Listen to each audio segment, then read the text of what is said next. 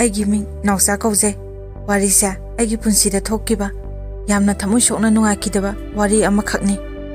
ꯑꯩꯅ ꯀ꯭ꯂꯥꯁ 10 ꯀꯥꯔꯛꯄ ꯃꯇꯝꯗ ꯑꯩꯒ ꯗꯥ ꯁꯅꯥꯃꯆꯥꯒ ꯊꯦꯡꯅꯈꯤ ꯃꯥꯒꯤ ꯃꯃꯤꯡꯁꯦ ꯁꯥꯡꯃꯜꯂꯤ ꯀꯧꯕ ꯅꯨꯡꯉꯥꯏꯇꯦꯅ ꯑꯩꯅ ꯗꯥ ꯁꯅꯥꯅ ꯀꯧꯏ ꯃꯥꯅ ꯑꯩꯉꯣꯟꯗꯒꯤ ꯆꯍꯤ 5 ꯍꯜꯂꯤ ꯑꯗꯨꯅ ꯑꯌꯥꯝꯕ ꯃꯇꯝꯗ ꯑꯩꯉꯣꯟꯗ ꯑꯐꯕ ꯄꯥꯎꯇꯥꯛ ꯉꯥꯛꯇꯅꯤ ꯃꯥꯅ ꯄꯤꯕꯤꯔꯤꯕꯁꯦ ꯃꯇꯝꯁꯦ ꯃꯦꯇ꯭ꯔꯤꯛ ꯑꯦꯛꯖꯥꯝꯒꯤ ꯂꯥꯏꯔꯤꯛꯁꯨ ꯀꯟꯅ ꯄꯥꯕ ꯃꯇꯝꯅꯤ ꯃꯇꯝꯁꯤꯗ ꯑꯩ ꯐꯣꯟ ꯄꯥꯏꯗꯦ ꯃꯥꯒ ꯑꯩꯒꯁꯦ ꯑꯩꯈꯣꯏꯒꯤ ꯌꯥꯎꯁꯪꯒꯤ ꯊꯥꯕꯜꯗ ꯈꯪꯅꯈꯤꯕꯅꯤ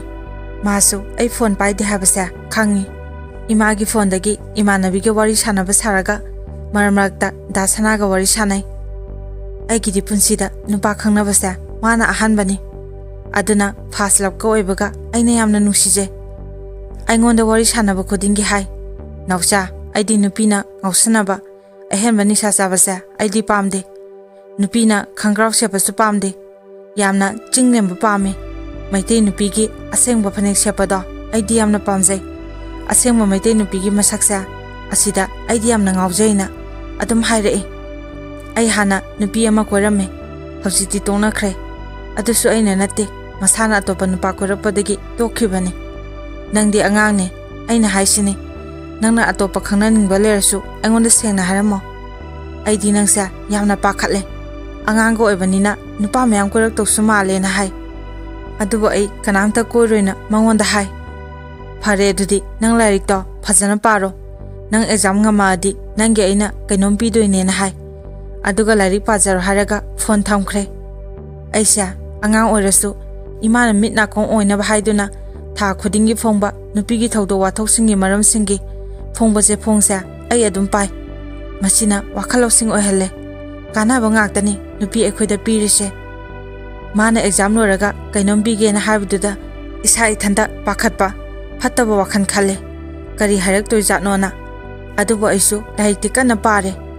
ꯑꯁꯨꯝꯅ ꯑꯩ ꯃꯦꯇ꯭ꯔꯤꯛ ꯑꯦꯛꯖꯥꯝꯗ 2nd ꯗꯤꯕꯤꯖꯟꯗ ꯂꯥꯛꯑꯦ ꯃꯇꯝꯁꯤꯗ ꯑꯩꯈꯣꯏꯒꯤ ꯏꯃꯨꯡ ꯃꯤꯁꯤꯡꯁꯦ ꯌꯥꯝꯅ ꯍꯔꯥꯎꯈꯤ ꯂꯩꯀꯥꯏꯒꯤ ꯃꯤꯁꯤꯡꯅꯁꯨ ꯑꯩꯕꯨ ꯌꯥꯝꯅ ꯊꯥꯒꯠꯄꯤ ꯒꯣꯚꯔꯟꯃꯦꯟꯠ ꯁ꯭ꯀꯨꯜꯗꯁꯨ ꯇꯝꯃꯤ ꯇ꯭ꯌꯨꯁꯟ ꯑꯃ ꯆꯠꯄꯁꯨ ꯅꯠꯇꯦꯅ ꯍꯔꯥꯎꯗꯅ ꯆꯥꯛꯀ ꯀꯧꯏ ꯅꯨꯃꯤꯠꯁꯦ ꯗꯥ ꯁꯅꯥꯅ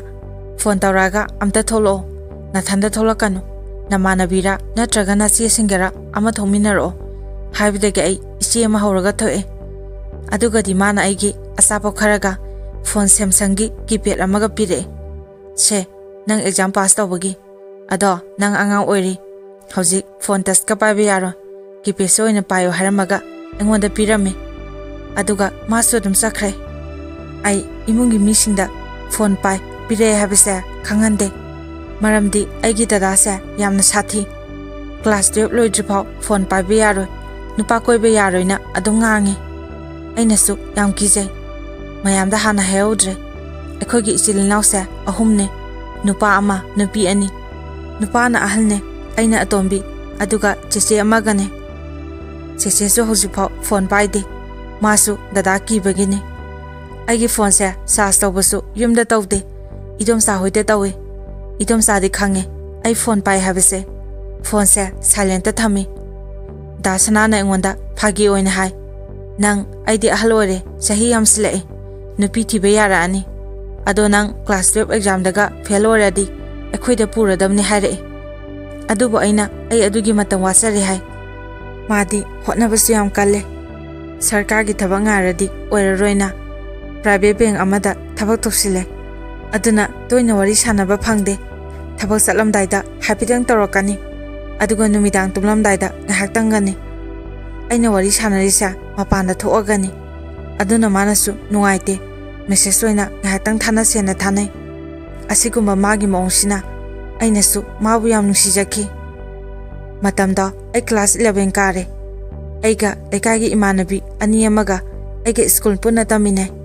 ꯃꯕꯥꯅꯤꯁꯦ ꯌꯥꯝꯅ ꯈꯠꯄ ꯂꯥꯡꯕ ꯉꯥꯎꯕ ꯄꯥꯝꯕ ꯑꯣꯏ ꯂꯥꯏꯔꯤꯛꯇꯤ ꯍꯩ ꯑꯗꯨꯕꯨ ꯈꯔ ꯑꯗꯨꯝ ꯂꯥꯡꯖꯕ ꯄꯥꯝꯕ ꯃꯤꯁꯛꯅꯤ ꯑꯩꯈꯣꯏꯗ ꯇꯣꯏꯅ ꯃꯕꯥꯅꯤꯁꯦ ꯑꯗꯨꯝ ꯂꯥꯛꯏ ꯃꯕꯥꯅꯤꯒꯤ ꯃꯤꯡꯅ ꯑꯃꯅ ꯅꯥꯎꯕꯤ ꯑꯗꯨꯒ ꯑꯃꯅ ꯃꯦꯂꯩ ꯀꯧꯏ ꯑꯩꯈꯣꯏ 3 ꯑꯩꯈꯣꯏꯒꯤ ꯊꯣꯡꯒꯥꯟꯗ ꯐꯝꯃꯒ ꯂꯝꯕꯤꯗ ꯂꯥꯛꯄ ꯒꯥꯔꯤ ꯇꯣꯡꯉꯒ ꯆꯠꯈꯤꯕ ꯂꯩꯁꯥꯕꯤ ꯄꯥꯈꯪꯁꯤꯡ ꯂꯥꯛꯄꯗꯣ ꯌꯦꯡꯉꯒ ꯃꯁꯛ ꯐꯖꯩ ꯐꯖꯗꯦ ꯍꯥꯏꯅꯔꯒ ꯄꯪꯅꯣꯛꯇ ꯅꯣꯛꯏ ꯏꯟꯈꯠꯂꯛꯄ ꯃꯇꯝ ꯑꯣꯏꯕꯒ ꯂꯥꯡꯅꯤꯡꯕ ꯃꯇꯝꯗꯨꯅꯤ ꯃꯇꯝꯁꯤꯗ ꯏꯃꯥꯟꯅꯕꯤ ꯃꯦꯂꯩꯅ nangi phone do amta pirao aigi imanaba ama lay mangonda khaise madi nupi da phone balance yam hakan mane hare adubu ai tale noi de daw na habada moigi number di mana khangbane nangonda daw khaise na habadagi aigi phone dagi oina tawre nupa sa mamingna Thomas ka we hai ahan ba tawbada pairakte anirak suba tawbada pakhal e moi ani di paiwe ade hana wari sanakhre khonjeng khangkini na ai noina phone do paire aisu padi pakhate maramdi ai mangonda karisu khande aina nang Thomas natra phone amta tawro ai balance yawde haraga thame adubu ma tawrakte amusu tawsale masinu pasa yam kengen haraga amu tawboda hai adusu tawrakte masidagi tuwasi tawragum sena adum tawdre numida waram aina duk thawmai thaba loraga da sanagi message lakpra phone tawrpa ni yengbada ngasagi nupadugi miss call mari lerame aduga amusu tawsile ai imada idom sahoida amta satluge haramaga moida wari sanare aina ngasai imanabi singa phone tawna tawbane sauno haibada mana ngasai ma balance yawdabagine hawjikti hapure na hare aina ma onyengena nang aigi phone balance tamta hapirakera na hangbada hoi hapirake haraga satpagi mokhon tai ningtham thasu matamni madudagi ai nungaitaba phawodagi phagi tawbane hapakano na hai adubu ma hapakena yade aina hapakano na haimambadagi chatre aduga ma adum itatatana phone tawre aina paidrasu paidrikhai tawre masina ai hainadabasu phawi adubu ekhoi masen manabu oibagi wari sanabdi nungai masidagi da sanana thabak chathokringai ai maga dum pawphongnare adubu matam lenbagi wani tasengbadi ai da sanabu thamoisena nusije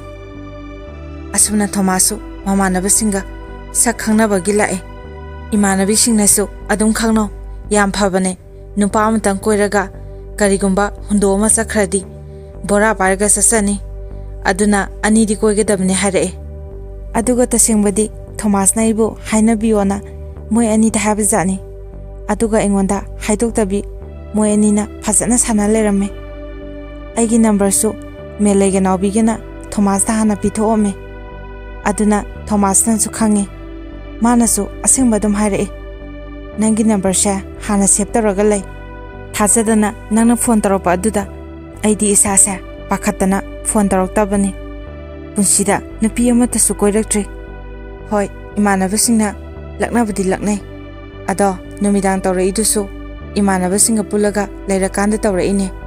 aidi punsida ahanbanina yamna su pakhatle Thomasa yamna su samjai aisu angang su oiri ani khangnarage khanna mabani maksa adum khangna sale numisa Sunday numitni yam thajadana da sanana ai ithanda tholo koiba salusina hare ai imada imanabi nabi hoida satluge haramaga moidagi losilaga thoe Eco Garden da satle aidi khudak ta harapaga hana Thomas na su hayawdre babsu ohawdre mafamda hek yawbaga aigi phone da sanana lawkhre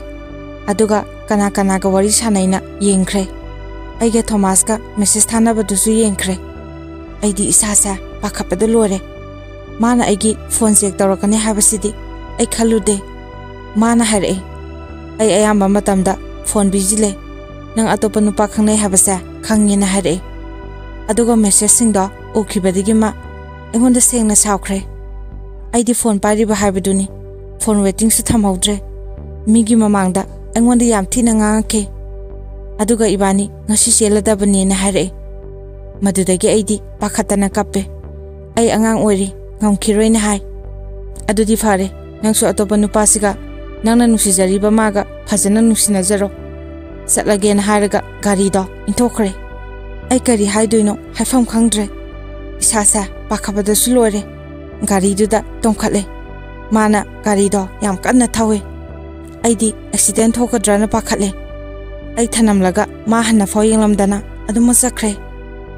matamduda aidi mangonda yamna sukoi nusibadi ma khaktane ahanba su nusijabane aduba ai ikaibaga pakhatbaga pulaga phone tawdre mana su tawroktre Thomas na phone tawrasu ai ningthinuaina sanadre magi phone lakprana ai adum yengjai Angang go oibaga ahan banung shiba kaina baga oibaga ayamna waki saba thakpa yakhide magi wakhanda khanki nongni ni khakta sungare Bye2 numise mana New Year da oina ibani sa unase aina pamjaba amasu mana pijani ne haibani aduwa ma aingwana phone tawroktre aisu mangwanda phone tawningasu tawba ngamdre tawge khalaga amuk tawi adubu ring chatringai aduma kakthale numisa Bye2 numitni imanabi sing saksana sena habadagi imaga babaga da haire dadana namanabi sing sana doinatra ado ai horen yengba lakani kadu karanga taromadi nang sire khangona haire ai imanabi meleiga nabiga imanabi anemaga akhoi manga punna melei hoigi maningda lamhang ama lei maduda moi kakana mafam phajana sembire dadasu moi mamanaba masen chana bazakrabane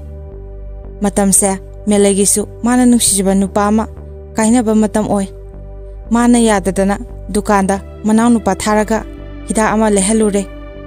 engondasu glass ama payon hai aisu dasana kainabagi isasa kapningaga nungaitanaga leibaga fuldi amali tangkhaitang ising yalaga thakken haraga thaksile ahan bago oibaga koksisu kanna ngawkhalae meleidi glass ani thaksangkhre aduga magi pendaba mayam nganglaga kappe aisu dasana bu ningsinglaga kappe tanjasida yam thajadana dasana phone tawre aidi wakhanga oidabi fatwa khatle harawnane mana phone tawre na paikhappani madi aigi khonjelado hek tabaga yu the habasa khangaba jani nang namanabi gaiga saksa nairana hange aina sana yeda sanana habada nang yu thai ge gino na hange aina thakte harasu mana oidaba ngange na ngange masidege ai lotpa yadre asengwada aduma haire yam thakpa nate khaji khaktane test tawbane na hai adugadi mana nangbu nupiro aduk yamna lamsatludaba ai nang tukase ekhoigi isilinawda nangdawna oktaba yawde imanasu adugumba lisa sapa nupidi mamau oiba pamoi aina sawkhrena nang phone tarpagi wakhalaite hojikti nangide ama lerabanina aibu mirare natro phare aidi lamsatludaba nupidi aiga loinaba pamde nangsu amona engonda phone taranu hairamaga ma sawraga thamkhre aina amuk tawba matamda mado off thamlame ai okhongna kappe mana phone taropa wana ngaijiraga saksu phajana sadre matamda pungsu baro tadringai yumyumda sanarase nausa nang thimbirage se kwa sada se manam namdanaba ama sasalona hai ai punsida kwa amukta sade wakhan asuk nungai tabasibu khalaga nawbigi hidak saba kwado ai oina osalaga sasile aigi laiba phabana dadado yumda halamdri ai phamungda changsilaga tummi chechesu saksana basatlubani adubo aidi koksa ngawmandana phasana othare aduga adum tumme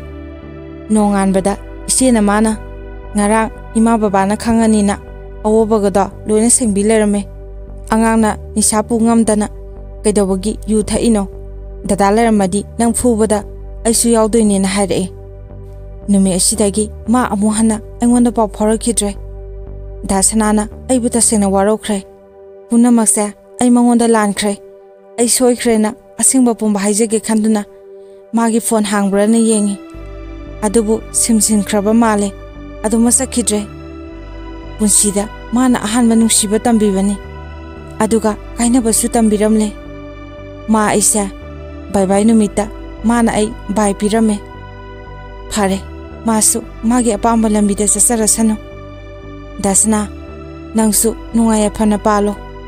aisu aigi ningbasa thungnaba hotnarage lairikta puning changlage nusinungongi wakhansa matam khra lapthoklage